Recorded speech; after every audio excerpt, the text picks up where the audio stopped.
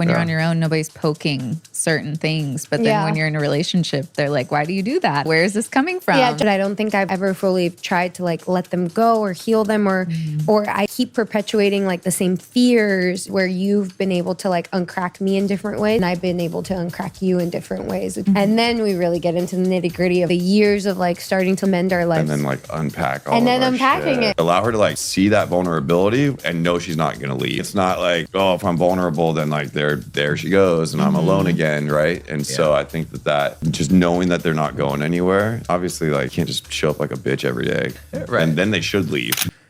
I guess we'll say healing through relationships. There's a like how relationships can heal or the unpacking soul. your baggage. Yeah. In your Unpacking relation. your baggage. Yeah, Okay, unpacking it. Yeah, and putting Unpacking it away it and neatly, organizing it and like, integrating it into your life and like letting it go. I like that though, healing in a relationship, because that's what it is at the end of the day. Is like we all come into our relationships with all of our baggage and all of our trauma and all of our upbringings that created who we are. And now we, find our partner who helps us become a better person by healing a lot of that shit.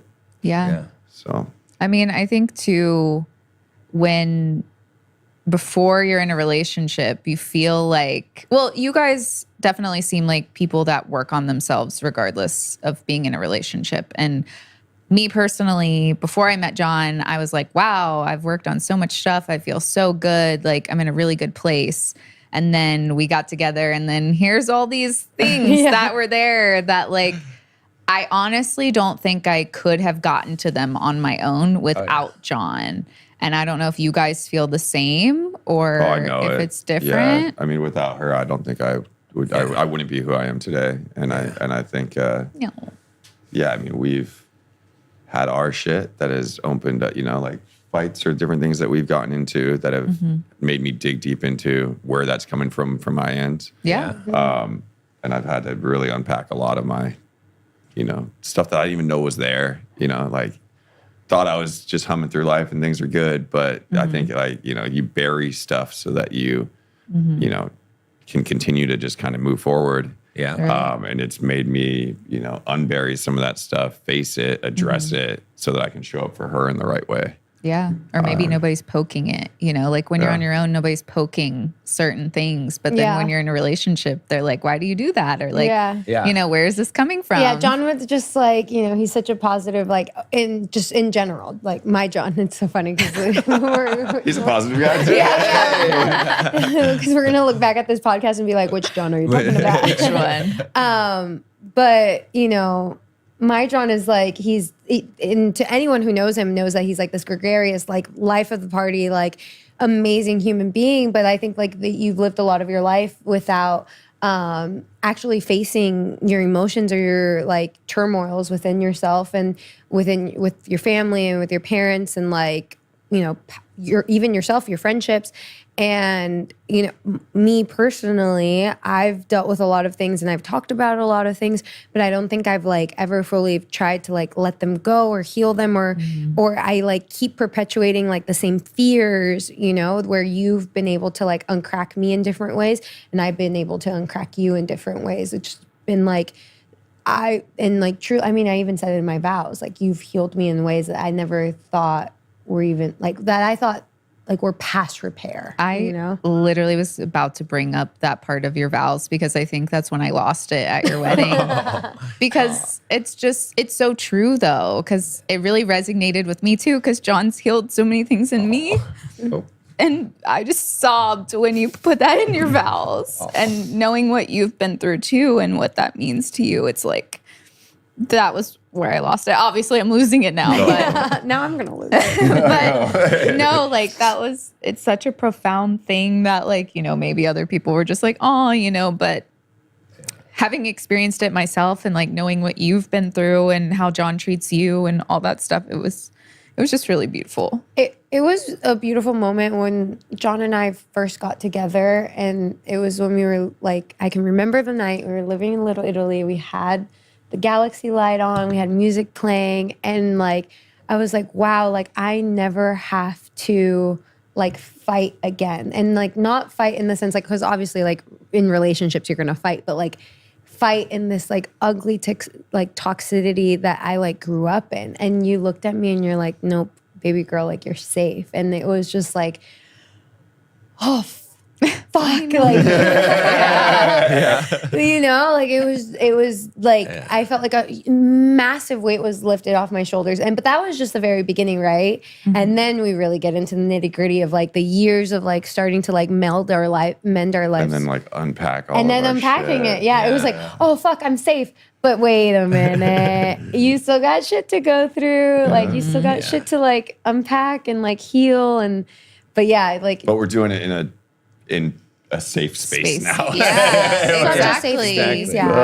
We're like, you know, and I think from the male perspective, I think there's like a reluctance to admit your weaknesses, right? Yeah. And I think you want to obviously show up strong for your partner. But with that said, like we have our shit that's like, you know, the deep parts of our heart, our relationship with maybe our parents, you know, other friends, just like different things we've been through, losing family member, whatever it is, like these things that have, created parts of you that, you know, you put armor on. Mm-hmm. Yeah.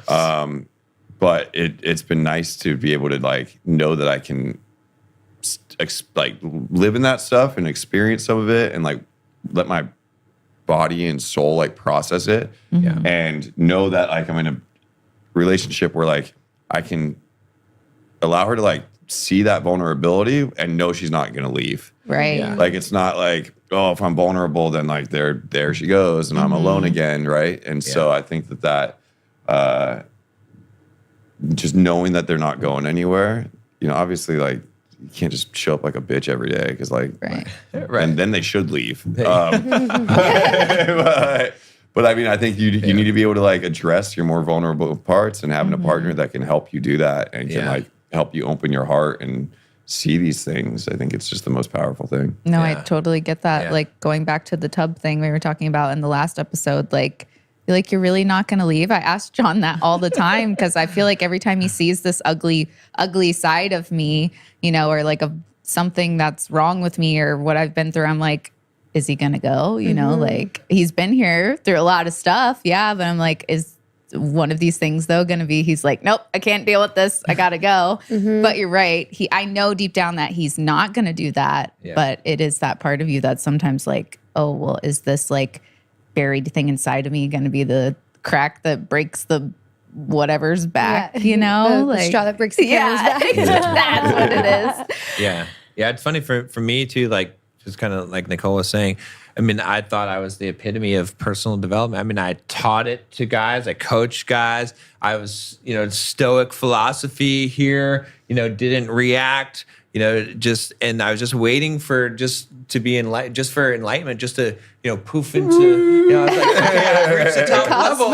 Where's my nirvana? Like, am I, you know, and then when we got into the relationship, I found all the stuff that I still needed to work on, which was great. I mean, it's a great thing, and you know, Nicole has made me into a better man and continues to make me into a better man and I think that's the real value of a relationship is that it helps you to polish those rough parts that you don't even know. It's like to dig deeper. I can't reach it myself. I can't reach in there where it's at, but you know, she can reach it. She has cute little teeny tiny fingers. Exactly, she can dig down deep in there. Because I thought, you know, like even things like simple things where I thought, okay, I'm a very amiable person. Like as far as understanding people and communicating and not getting into conflict, I'm pretty high up there, you know. And then I learned that I was fairly defensive, and I had to deal with that. And it's like, okay, wow, like I would never have seen that. But I knew where that came from too, and was trying to talk to him about it. But he hadn't accepted it